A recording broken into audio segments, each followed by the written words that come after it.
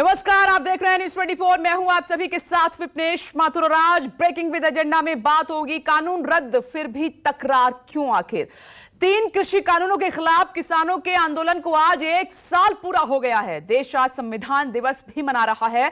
यह हमारे संविधान की ही ताकत है कि तीनों कृषि कानूनों के रद्द होने के बाद भी किसान आज भी पूरे दम से सरकार के खिलाफ आंदोलन कर रहे हैं। कृषि कानून रद्द होने के बाद भी किसानों ने साफ कर दिया है कि अभी भी बॉर्डर से हटने वाले नहीं हैं। 29 नवंबर से शुरू होने जा रहे संसद के शीतकालीन सत्र के भी हंगामेदार होने के आसार हैं। सरकार इसी सत्र में बिल वापस लेगी, लेकिन किसान इस दौरान वो अपने पहले से तय कार्यक्रम के मुताबिक ही विरोध प्रदर्शन जारी रखेंगे और इसे लेकर दिल्ली पुलिस हाई अलर्ट पर है। किसान संगठन इस बात पर अड़े हुए हैं कि संसद के शीतकालीन सत्र के दौरान रोज 500 किसान ट्रैक्टर ट्रॉली पर सवार होकर संसद तक मार्च करेंगे और अपना विरोध जताएंगे। कृषि कानून रद्द होने के बाद अब किसानों की 6 और मांगे हैं। एमएसपी को कानूनी अधिकार मिले, बिजली बिल का ड्राफ्ट वापस हो, ये वो मांगे हैं जो किसान उठा रहे हैं कि इन पर भी सरकार विचार करे। प्रदूषण के लिए किसानों को सजा ना मिले, किसानों से मुकदमा वापस हो, अजय मिश्रा को बर्खास्त किया जाए और शहीद किसानों को मुआवजा मिले। और एक और बड़ी खबर, इस बीच कृषि कानून के खिलाफ किसान आंदोलन करते करते अब उनके नेता चुनाव लड़ने की तैयारी करने लगे हैं। ये बड़ी खबर, पंजाब में बीकेयू गुट चढ़ूनी ने चुनाव लड़ने का फैसला किया है और आंदोलन की अगुवाई कर रहे गुरनाम सिंह चढ़ूनी ने अपना राजनीतिक दल बनाने का ऐलान कर दिया है। गुरनाम सिंह चढ़ूनी ने साफ कर दिया है कि उनका मिशन पंजाब 2022 जारी रहेगा। चढ़ूनी ने कहा कि वो आने वाले पंजाब चुनाव में अपनी पार्टी बनाकर चुनाव लड़वाएंगे और मॉडल प्रस्तुत करते हुए हरियाणा की भी तैयारी वो कर रहे हैं कि वहां पर भी अपने कैंडिडेट उतारेंगे। चढ़ूनी के इस बयान को राकेश टिकैत ने खारिज कर दिया है। पंजाब में मिशन पंजाब चला रहे हैं कि जिसकी वोट है उसका राज होना चाहिए, जिसके पास नोट है उसका राज नहीं होना चाहिए। नोटों से नहीं, वोटों से राज। और जिसकी वोट है अगर उसका राज होगा तो फिर वोटरों के पक्ष के कानून बनेंगे और अगर नोटों से राज आएगा तो नोटों वालों के पक्ष के कानून। मैं पंजाब से चुनाव नहीं लड़ रहा हूँ, लेकिन पंजाब के लोगों को इकट्ठे करके चुनाव लड़वा रहा हूँ। से पूछ ले। नहीं, पंजाब से मैं चुनाव नहीं लड़ रहा। हरियाणा में अभी चुनाव नहीं है। हम एक मॉडल पेश करना चाह रहे हैं कि अगर पंजाब में सरकार आती है तो वहाँ पे एक सैंपल, एक मॉडल पेश करके दिखाएं ताकि 2024 में पूरा देश कहे कि हमें पंजाब मॉडल चाहिए। पंजाब में अपने दल पर लड़ेंगे या किसी का? अपने दल से लड़ेंगे, अपना संगठन, अपना जो है वो पार्टी बनाएंगे, उस पार्टी से लड़ेंगे। हमारे साथ राकेश टिकैत है। राकेश जी, 1 साल हो गए, तो 1 साल हो गए देश का आज़ादी के बाद का शायद ये पहला आंदोलन है जो लगातार 1 साल चला है। तो इसे आप उपलब्धि मानते हैं या एक बुरी तस्वीर? बुरी तस्वीर मानते हैं। उपलब्धि होती है कि 750 किसान शहीद हुए और देश का किसान 1 साल तक सड़कों पर बैठा रहा और अभी आगे इसका क्या रिजल्ट होगा वो भी नहीं पता। किसान नेता गुरनाम सिंह चढ़ूनी राजनीतिक पार्टी बनाने की बात कर रहे हैं, चुनाव लड़ेंगे, क्या आपकी क्या राय है? ना, हमारी राय तो है नहीं। संयुक्त किसान मोर्चा के सदस्य हैं वो भी? भाई सदस्य तो वहाँ 40 हैं, तो उसमें से एक है। उससे आप लोगों का कोई संबंध नहीं, कोई लेना देना नहीं इस मसले से? पार्टी से नहीं है। क्या ये जरूरी है कि हम सड़क पर बैठकर ही, दिल्ली का रास्ता रोककर ही, दिल्ली का हुक्का पानी बंद करके ही हम अपनी मांग मनवाएं, या ऐसा भी हो सकता है कि कोई कमेटी बन जाए और आंदोलन को दूसरी तरह से लिया जाए और उसके बाद से इस पर भी बातचीत का कोई दूसरा तरीका अपनाया जाए? नहीं, सरकार बात करेगी तो बात में से तो बात निकलेगी, और जब बात नहीं करेगी तो उसमें से क्या निकलेगा? सरकार 22 जनवरी से तो बात नहीं करती, बात तो सही समाधान निकलेगा। कृषि कानून, जिसे किसान कहते हैं काले कानून, सरकार ने वापस ले लिया, लेकिन अभी भी कुछ मुद्दे हैं जो उलझे हुए हैं, उनका सुलझना बाकी है। कैमरामैन सुनील के साथ प्रभाकर मिश्रा, न्यूज 24 गाजीपुर। देखिए, वैसे तो प्रधानमंत्री नरेंद्र मोदी के ऐलान के बाद तीनों कृषि कानून रद्द करने का ऐलान हुआ तो ये खत्म हो जाना चाहिए था आंदोलन, लेकिन नहीं हुआ क्योंकि किसानों की अपनी मांगे हैं और उसी को लेकर अब और धार दी जा रही है आंदोलन को। बड़ी कवरेज न्यूज 24 की चर्चा भी करेंगे। हमारे सहयोगी भी हमारे साथ जुड़ गए हैं। संजीव त्रिवेदी विजय चौक से इस वक्त मेरे साथ मौजूद हैं, आप टीवी स्क्रीन पर उनको देख सकते हैं। गाजीपुर बॉर्डर से प्रभाकर मिश्रा हमारे साथ मौजूद हैं। टिकरी बॉर्डर से प्रशांत देव आपको दिखाई दे रहे हैं। ऋषिकेश थोड़ी देर में सिंगू बॉर्डर से हमारे साथ मौजूद रहेंगे। और दो खास मेहमान इस वक्त टीवी स्क्रीन पर, धनंजय गिरी साहब बीजेपी प्रवक्ता है, हमारे साथ मौजूद हैं। साथ ही आलोक शर्मा जी प्रवक्ता कांग्रेस हमारे साथ मौजूद हैं। आप दोनों का बहुत बहुत स्वागत है इस चर्चा में। संजीव, सबसे पहले आपके पास आ रही हूं। यही देखिए, यही भारत का संविधान है कि कानून खत्म होने का ऐलान हुआ, उसके बाद भी आप अपनी लड़ाई लड़ सकते हैं, आवाज उठा सकते हैं। अब सवाल यह है कि समाधान की ओर बढ़ रहे हैं, कुछ ऐसी नजरें हैं कि समाधान निकले तो क्या वाकई में अब आखिरी रास्ता संसद बचा है, संसद से ही समाधान निकलेगा और ये बॉर्डर पर बैठे किसान घर लौट जाएंगे, खत्म हो जाएगी आम आदमी की भी दिक्कत।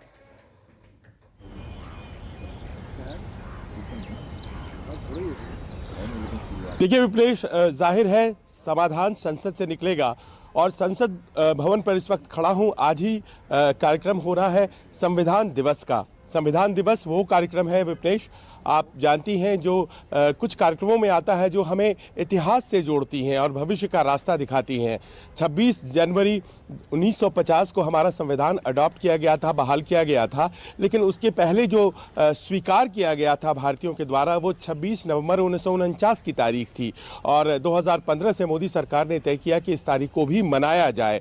और देखिए, हमारा संविधान जो सामूहिक विकास की बात तो करता ही है और समाज कैसे आगे बढ़े, साथ ही साथ व्यक्तिगत विकास की भी बातें करता है। तो ऐसा नहीं है कि हम किसी कैपिटलिज्म या हम कम्युनिज्म के डिबेट में फंसे। और ये संविधान है कि देखिए, आज 73 सालों की जो हमारी लोकतंत्र है उसकी जड़ें मजबूत करता चला गया। हमारे साथ जितने भी देश आज़ाद हुए वो सब के सब देखिए वहाँ संविधान की धज्जियाँ उड़ गई हैं, लोकतंत्र की धज्जियाँ उड़ गई हैं, लेकिन भारत में नहीं।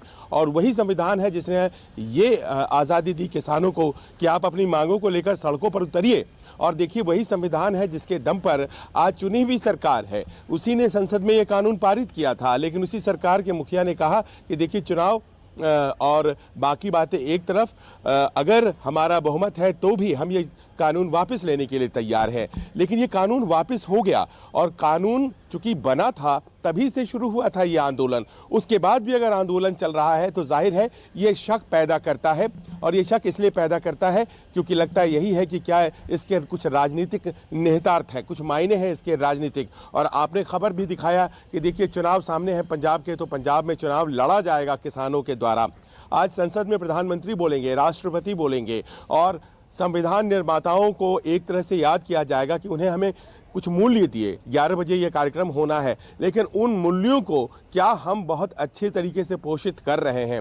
सोमवार से संसद का सत्र लगने वाला है और संसद का सत्र जब लगेगा तो पहले ही दिन से विपनेश ऐसा लग रहा है कि हंगामा होगा, क्योंकि पहले ही कांग्रेस ने कह दिया है, तृणमूल कांग्रेस ने कह दिया है, किसान आंदोलन को आगे बढ़ाया जाएगा। MSP की लीगल गारंटी वाली बात रखी जाएगी, जो केंद्रीय गृह राज्य मंत्री हैं उनके इस्तीफे की मांग को आगे रखा जाएगा। और ऐसे में ये संभावना व्यक्त की जा रही है विपनेश कि शायद ऐसा है कि शीतकालीन सत्र जो है वो भी हंगामेदार रहे। जी बिल्कुल, आप सही कह रहे हैं और इसके संकेत साफ तौर पर दिखाई भी दे रहे हैं। प्रभाकर मिश्रा, आपके पास आ रहे हो, तमाम किसान आपके साथ मौजूद हैं, हर कोई आपको पहचानता है वहां पर। देखिए, एक तरफ लड़ाई कहां से कहां पहुंच रही है। चौधरी ने इलेक्शन लड़ने का ऐलान कर दिया है, तो उन बातों को पुख्ता किया जा रहा है जब वो कह रहे थे कि देखिएगा ये नेता राजनीति में उतर जाएंगे, यही मकसद है। इस पर राकेश टिकैत क्या कह रहे हैं?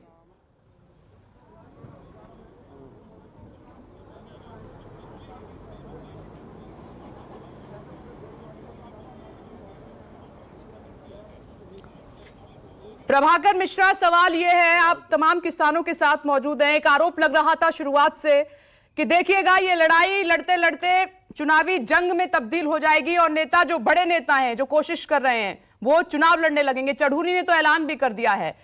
तो ठीक है, 1 साल पूरा हुआ है, उनकी लड़ाई को संसद तक बात पहुंचा रहे हैं, लेकिन ये जो दूसरी दिशा में जा रही है इनकी लड़ाई आंदोलन, इस पर क्या रिएक्शन है वहां पर? आपने सुना कि इसके पहले जब मैं राकेश टिकैत से पूछ रहा तो राकेश टिकैत ने कहा कि चौधरी क्या कह रहे हैं हमें नहीं मतलब है। और ये नई बात नहीं है, ये पहले से सबको पता है, पहले से चौधरी सब कहते आ रहे हैं और पहले से चौधरी की मंशा क्या है वो सबको पता है कि उन्हें राजनीतिक पार्टी बनानी है, उन्हें चुनाव लड़ना है। ये कोई छुपी हुई बात नहीं है, अभी उन्होंने घोषणा की है, ये भी नई बात नहीं है। लेकिन उस पर जो किसानों की प्रतिक्रिया ये है कि भाई 50 नेता हैं, 50 में 50 कौन क्या करेगा नहीं पता। तो उसी तरह से आपने राकेश टिकैत को सुना कि राकेश टिकैत ने खारिज कर दिया। हमारे साथ जगतार सिंह बाजवा हैं, एक किसान नेता। चढ़ूनी ने कह दिया कि हम तो पॉलिटिकल पार्टी बना रहे हैं, हम तो चुनाव लड़ेंगे। तो जो ये कहा जा रहा था कि मनसा तो वही है आखिरी कि चुनाव राजनीति करनी है। देखिए, संयुक्त किसान मोर्चा के साथ जो जितने भी नेता जुड़े हैं उनको संयुक्त मोर्चा ने कभी भी ज़बरदस्ती नहीं जोड़ा। वो किसानों की लड़ाई लड़ रहे थे और वो संयुक्त मोर्चा में जुड़े। और संयुक्त मोर्चा का क्लियर स्टैंड है कि कोई भी राजनीतिक ना तो पार्टी ना वो राजनीति में ऐसा कोई इंटरफेयर कर रहे हैं। अब संयुक्त मोर्चा को छोड़ करके कोई भी नेता अगर उसकी कोई राजनीतिक अपनी मंशा है वो हल करना चाहता तो ये उसका व्यक्तिगत विषय है, उसके लिए तो सब स्वतंत्र है, किसी पर कोई बंदिश नहीं है। तो ये चढ़ूनी साहब का कोई विषय है तो उनका अपना विषय होगा। संयुक्त किसान मोर्चा का इस पर कोई स्टैंड अभी राजनीतिक तौर पे नहीं है। लेकिन इस पर संयुक्त किसान मोर्चा क्या कॉल लेगा, इसलिए कि बात तो वही होगी कि अब तो सियासत की तरफ जा रही है, पूरा आंदोलन सियासत की तरफ जा रहा है, इसके आंदोलन के लोग सियासी हो रहे हैं। मतलब किसी एक बंदे के जाने से सियासत की तरफ चला जाता है। वीएम सिंह ये आंदोलन छोड़ के चला गया तो क्या बात, ये आंदोलन खत्म हो गया था। भानु प्रताप आंदोलन छोड़ के चीला बॉर्डर से भाग गए तो उसका मतलब ये सारा का सारा आंदोलन उनकी तरफ को डाइवर्ट हो गया था। आज कोई भी नेता जा सकता है, लेकिन संयुक्त मोर्चा के जो विचार हैं, संयुक्त मोर्चा का जो किसानों की लड़ाई है वो प्रभावित थोड़ी हो सकती है। विपनेश, आपने सुना कि चढ़ूनी क्या सोचते हैं, चढ़ूनी क्या करते हैं, उससे संयुक्त किसान मोर्चा का कोई संबंध नहीं है। लेकिन इस बीच में एक बात बता दूं कि इस पूरे एक साल में इस आंदोलन को शुरू कहा गया कि ये अराजनीतिक आंदोलन है, लेकिन इसे राजनीतिक बनाने की, साबित करने की तमाम कोशिशें हुई। इस आंदोलन को गैर जरूरी बताने की तमाम कोशिश हुई, किसानों को नक्सली बताने की कोशिश हुई, सिखों को खालिस्तानी बताने की कोशिश हुई। और तमाम कोशिशों के बावजूद प्रधानमंत्री को मानना पड़ा कि किसानों की मांग को मानना पड़ा, कृषि कानूनों को वापस लेना पड़ा। अब थोड़ा सा मसला और उलझ कर रह गया है, उसे सुलझाने की जिम्मेवारी सरकार की है। उम्मीद की जानी चाहिए कि आज 365 दिनों के पूरे साल भर हो गए हैं, उम्मीद की जानी चाहिए कि जल्दी है जो उलझा हुआ मसला है वो सुलझ जाए, सब किसान अपने अपने घरों पे जाए। जिसको घर जाकर सियासत करना है, जिसको जो करना है घर जाकर करे। कम से कम ये जो सड़क पर बैठने के लिए किसान बाध्य हैं, मैं ये नहीं कहता कि सब किसान, इसमें से हो सकता है कि कुछ लोग राजनीतिक लोग भी हैं, उनकी मंशा भी राजनीतिक होगी और इसमें कोई दो राय नहीं है। लेकिन ब्रॉडली ये एक जरूरी आंदोलन था। ब्रॉडली इसमें बैठे हुए अधिकांश लोग किसान हैं और वो अराजनीतिक हैं, उनको राजनीति से कोई मतलब नहीं है। उनको बस इतना चाहिए कि उनकी जो उपज है उसको सही कीमत मिल जाए और उनके की जो किसानी के मुद्दे हैं वो सुलझा लिए जाएं, और ये सरकार की जिम्मेवारी है। बिल्कुल प्रभाकर, आपने कहा कि मंशा पर सवाल उठता है और वाकई में उठता है, क्योंकि ये वो नेता हैं जिन्होंने एक साथ मिलकर लड़ाई इसको शुरुआत की थी और अब देखिए कि कुछ नेता राजनीति की तरफ जा रहे हैं, चुनाव लड़ने का ऐलान कर रहे हैं, कुछ बॉर्डर पर डटे हुए हैं, तो ये कमजोर करता है इस लड़ाई को। आती हूं आपके पास प्रशांत देव, क्या हाल है बॉर्डर पर, क्या किसानों की संख्या बढ़ रही है? क्योंकि सोमवार से 500 किसान तकरीबन ट्रैक्टर पर सवार होकर संसद की तरफ कूच करेंगे, क्या हलचल है वहां?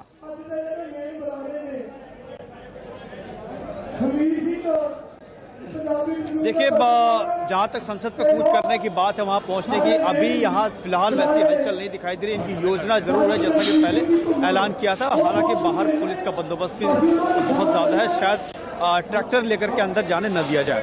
बहरहाल 1 साल पूरा होने पे एक तरह की खुशी का माहौल है, क्योंकि इनको लगता है कि अपनी लड़ाई इन्होंने जीत हासिल की है, सरकार को झुकाया है। और 1 साल पूरा होने पे कोई खास कार्यक्रम तो नहीं, लेकिन एक तरीके से उसका जश्न जो है इन्हीं कार्यक्रम के तौर पे यहाँ मनाया जाएगा। टिकरी बॉर्डर पे मंच वैसे ही सजा है, तैयारी हो रही है। अब तस्वीरें आप देख सकती हैं कि रोज की तरह साल भर जैसे कार्यक्रम चलता है उसी तरह से चल रहा है। हमारे साथ कुछ किसान नेता हैं जो यहाँ के आयोजकों में से एक है। आज के दिन में क्या खास बात है, क्या कोई खास कार्यक्रम है 1 साल पूरा होने पे? क्या संसद भवन की तरफ आप लोग कूच करने वाले हैं, जाने वाले हैं, जो ऐलान किया था संसद घेराव का? देखिए, आज किसान आंदोलन को 1 साल पूरा हो गया है, इसलिए उसी साल पूरा होने पर आज हमारे साथी जो पंजाब से, हरियाणा से, सभी स्टेटों से आए हैं साल होने पर। और जो मोदी ने ऐलान किया है कि 3 काले कानून जो रद्द किए जाए हैं। अब लगभग बहुत लोग ये जानना चाहते हैं कि कानून वापसी हो गई तो ये आंदोलन अब किस रूप में होगा? मतलब जो भाई कानून वापस हो गया, क्या अब आप लोग वापस जाएंगे या अभी भी धरने पे बैठे रहेंगे? अभी और मांगे बची हैं? ये सब जानना चाहते हैं कि आंदोलन खत्म कब होगा अगर कानून वापस हो गया। देखिए, जो मोदी सरकार ने ऐलान किया है तीन काले कानून रद्द किए जाएं, उसका हम स्वागत करते हैं, पर हमें उन पर विश्वास नहीं है, क्योंकि मोदी सरकार बनने से पहले उसने हमारे साथ वादा किया था स्वामीनाथन कमीशन की रिपोर्ट लागू की जाएगी, हर साल 2 करोड़ नौजवानों को नौकरी दी जाएगी, विदेशों में। मैं कह रहा हूँ अगर संसद से भी ये हो जाए, पारित हो जाए संसद, उसके बाद सभा ये आंदोलन खत्म हो जाएगा। मेरी बात सुनिए ना। और उसने क्या था 15 लाख रुपया विदेशों में लाकर 15 लाख रेखे में खाते में डाला जाएगा। जब मोदी प्रधानमंत्री की सरकार बन गई तो पत्रकार ने सवाल किया, किसी पत्रकार ने साढ़े गृह मंत्री अमित शाह से कि आपने कहा था भी विदेशों में काला धन लाकर 15-15 लाख लोगों में हर व्यक्ति के खाते में डाले जाएंगे।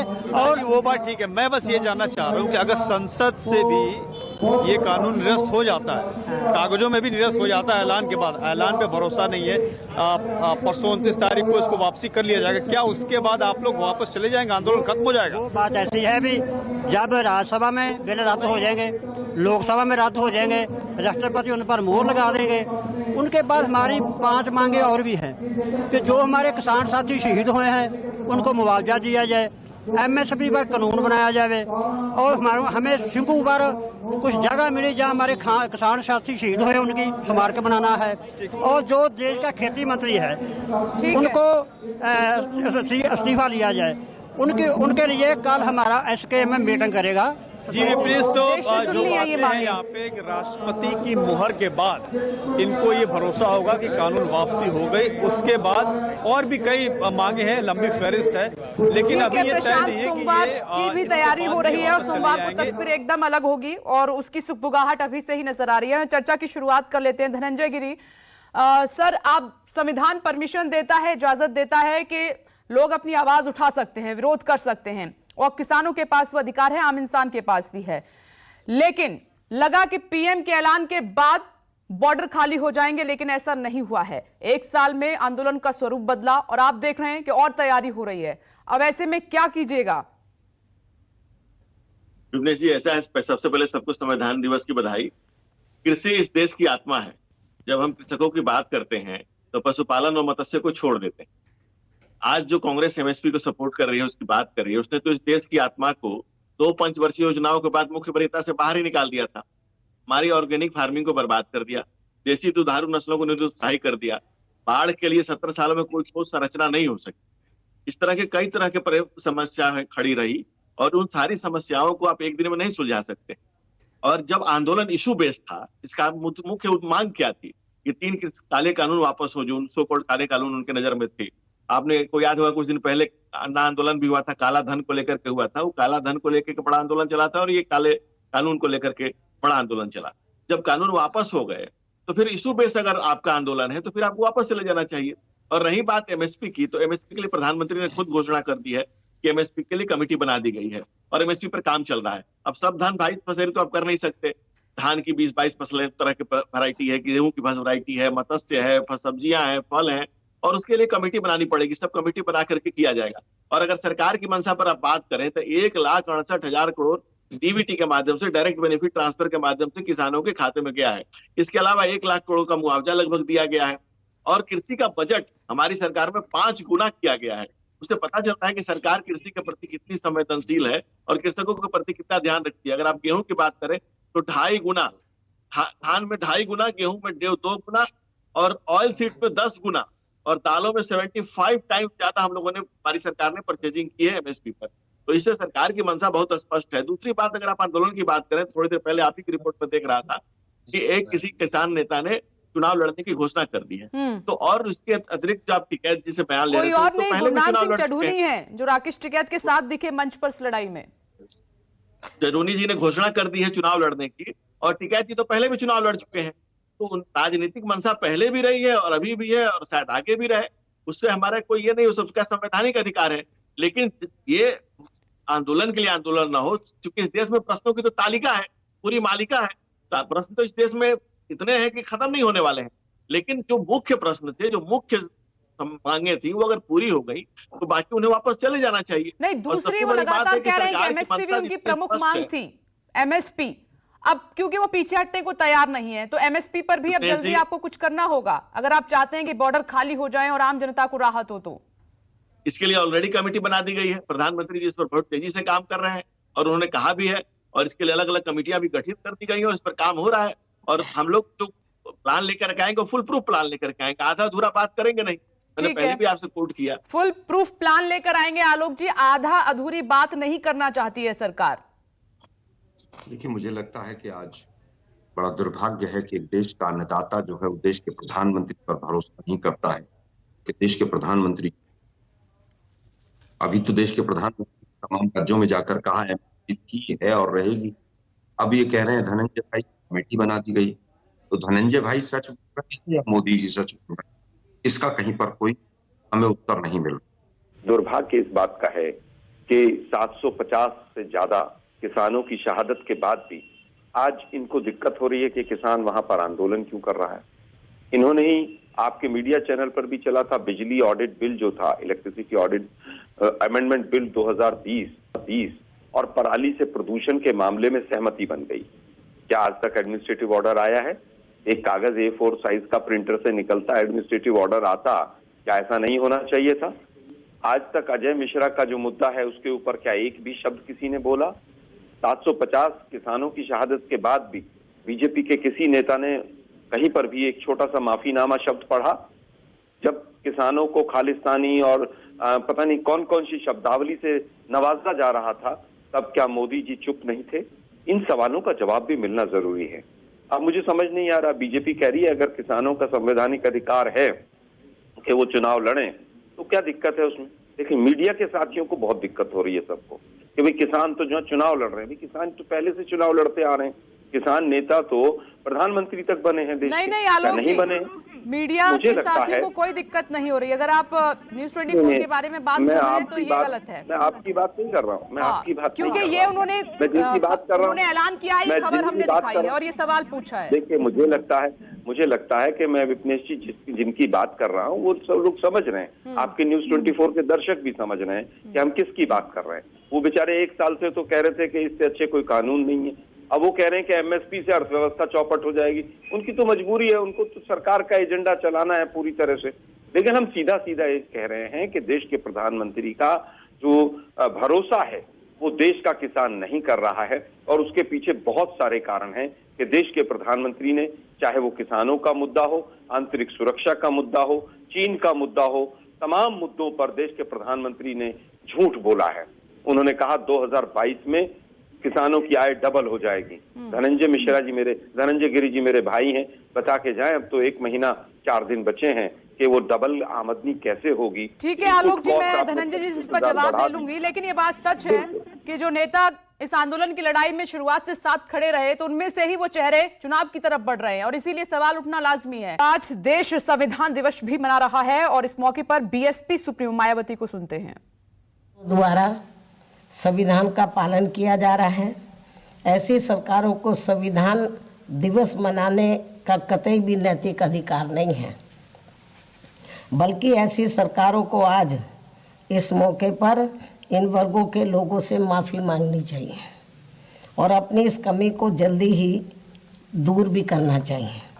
इसके अलावा यहाँ मैं ये भी कहना चाहूँगी कि अपने देश में विभिन्न धर्मों को मानने वाले लोग रहते हैं, अर्थात हिंदू, सिख, मुस्लिम, ईसाई, पारसी व बौद्ध आदि विभिन्न धर्मों के लोग रहते हैं। संविधान में सबको तरक्की व उनके जान माल की सुरक्षा के लिए भी जो भी कानून बने हैं तो उनका सही से केंद्र व राज्यों की सरकारों द्वारा पालन नहीं किया जा रहा है। सभी सरकारें इस ओर भी जरूर ध्यान दें। देश में आए दिन गरीबी व महंगाई आदि भी काफ़ी ज़्यादा बढ़ रही है।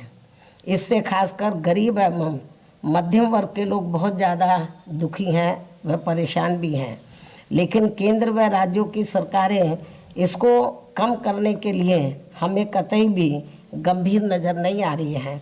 ये भी अति चिंता की बात है। वैसे आप लोगों को ये भी मालूम है कि संविधान दिवस के मौके पर आज किसानों के आंदोलन का भी 1 वर्ष पूरा हो गया है। केंद्र सरकार ने इनके 3 कृषि कानूनों को तो वापस ले लिया है, ये उचित कदम है। जो बहुत पहले ले लेना चाहिए था, लेकिन इनकी अन्य और भी जरूरी मांगे हैं, उन्हें भी केंद्र सरकार को जरूर स्वीकार कर लेना चाहिए। तो संविधान दिवस के मौके पर मायावती को आप सुन रहे थे, उन्होंने सरकारों पर सवाल उठाए हैं कि ठीक से संविधान का पालन नहीं हो रहा है। मेरे सहयोगी भी लगातार मौजूद हैं, खास मेहमान भी हमारे साथ बने हुए हैं। एक बार फिर से मैं संजीव आपके पास आ रही हूं, आप वहां खड़े हुए हैं जहां से समाधान का रास्ता निकलेगा, तो क्या उम्मीद है कि जैसे ही संसद से रास्ता साफ होता है तो ये आंदोलन खत्म हो जाएगा या फिर तकरार की स्थिति बनी रहेगी आगे? आपको क्या लग रहा है?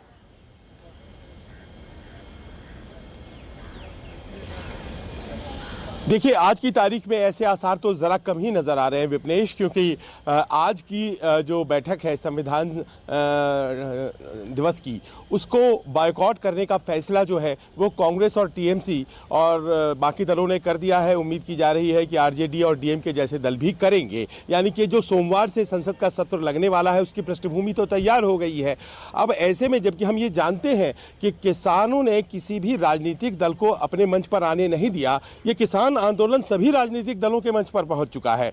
महंगाई के मुद्दे भी हैं, आंतरिक सुरक्षा के मुद्दे भी हैं, लेकिन पहले दिन सबसे ज्यादा अगर किसी मुद्दे को प्रमुखता दी जा रही है विपक्ष के द्वारा तो वो किसानों का आंदोलन है। और ऐसी ऐसी मांगे हैं जिनको बहुत आसानी से मांग लेना सरकार के लिए संभव तो नहीं लगता है। तो पहला ही दिन परिभाषित कर देगा कि आने वाले दिन जो है शीत सत्र के वो कैसे होने जा रहे हैं। और पहले दिन किसानों का मुद्दा बहुत ज़बरदस्त तरीके से उठाया जाएगा, तो जाहिर है कि इसमें समाधान बहुत आसानी से निकलेगा। अंदर भी हंगामा होगा, बाहर भी हंगामा होगा, तो बहुत आसान होगा समाधान, ऐसा लगता नहीं है। लेकिन देखिए, बहुत महत्वपूर्ण बात यह है कि आज 26 तारीख है, आज संविधान दिवस मनाया जा रहा है, हमें अतीत की याद दिलाता है।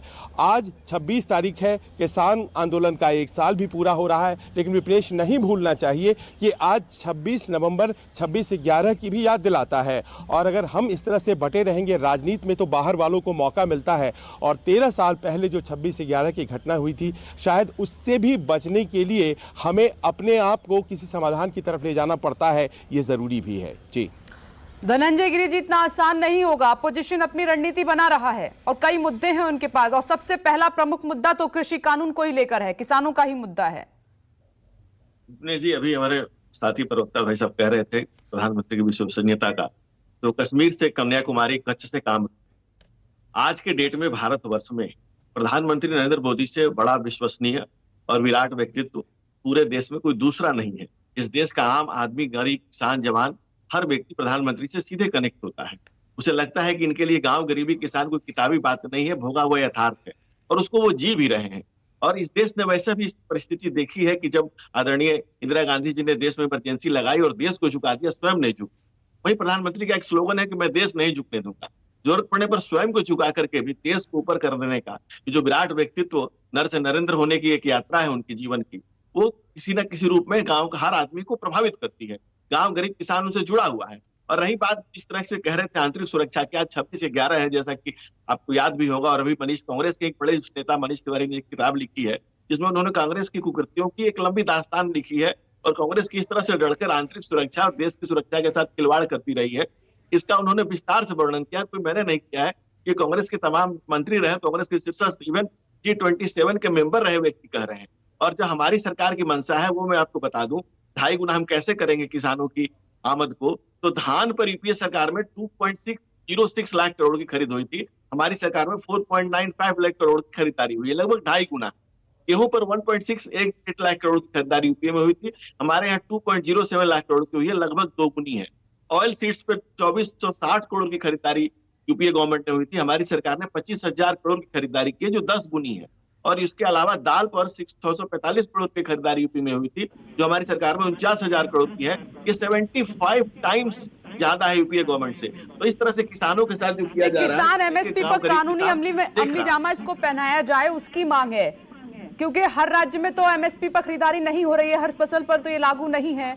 तो इस पर आपको समाधान निकालना होगा जल्द। आखिरी कमेंट आलोक वर्मा जी आपका। किसान भी नहीं चाहते कि किसी भी मतलब राजनीतिक दल का साथ हो, वो नहीं चाहते हैं, और बीजेपी भी ये कह रही है कि तो किसानों और हमारी लड़ाई है, विपक्षी दलों को क्या पड़ी है बीच में? मुझे लगता है किसानों के साथ कांग्रेस पार्टी पहले दिन से खड़ी थी, आज भी खड़ी है और आगे भी खड़ी रहेगी। और बीजेपी के प्रवक्ताओं को चाहिए मोदी जी की एक आरती बनवा लें, जय ओम मोदी हरे करके, और उसको गा के चले जाएं। ये लोग एक भी तथ्य पर बात नहीं करेंगे। 2011 में तो मोदी जी ने स्वयं मनमोहन सिंह जी को पत्र लिखा था कि आप एमएसपी का कानूनी इसका राइट दीजिए। तो आज क्या हो गया? आज क्यों भाग रहे हैं आप? एक जो कमीशन होता है जो तय करता है एमएसपी की कीमत को, सीएससीपी, नहीं, धनंजय गिरी जी कह रहे हैं कि इतनी कीमत पे, अच्छी कीमत पर सारी फसलों की खरीदारी हुई है, समझ से परे है, तब भी आंदोलन खत्म नहीं हो रहा है। सरकार सोच रही है उनके बारे में, लेकिन विपक्षी दल और किसान नहीं सोच रहे हैं सरकार के बारे में। बीजेपी को तो समझ ही नहीं आ रहा ना, इतना कुछ कर दिया इन्होंने, अब बच्चे की जान लेंगे क्या? 225 रुपए किलो में सरसों का तेल बिक रहा है और उसके बाद भी इन्होंने बहुत कुछ कर दिया है। 110 तक डीजल पहुंचा दिया, फिर भी ये कह रहे हैं कि हमने बहुत कुछ कर दिया है। मुद्दों की बात कीजिए ना। आपने तो कहा था कि C2 मेथड से 50% हम देंगे। मोदी जी का 2013 के भाषण, 14 के भाषण सुनिए आप, उसके बाद 700 पेज का एफिडेविट सुप्रीम कोर्ट में दिया कि ये तो संभव ही नहीं है, इसलिए किसान भरोसा नहीं कर रहा है। एक और आरोप है विपक्षी पार्टियों पर कि किसान तो खत्म कर देना चाहते हैं, लेकिन विपक्षी पार्टियों की मंशा नहीं है कि आंदोलन ये खत्म हो, क्योंकि विपक्षी पार्टियां चाहती हैं कि सरकार की मुश्किल ऐसे ही खड़ी होती रहे। आप सभी का बहुत बहुत शुक्रिया। वक्त की कमी है, चर्चा को यही विराम देना होगा। एक छोटा सा ब्रेक, फौरन लौटेंगे। देखते रहिए न्यूज़ 24। नमस्कार, मैं हूं मानक गुप्ता। अगर आपको हमारा ये वीडियो पसंद आया हो तो इसे लाइक और शेयर जरूर करें, और हां, हमें सब्सक्राइब और फॉलो करना ना भूलें ताकि आप देश और दुनिया की कोई खबर मिस ना करें। तो जुड़े रहिए हमारे साथ और देखते रहिए न्यूज़ 24।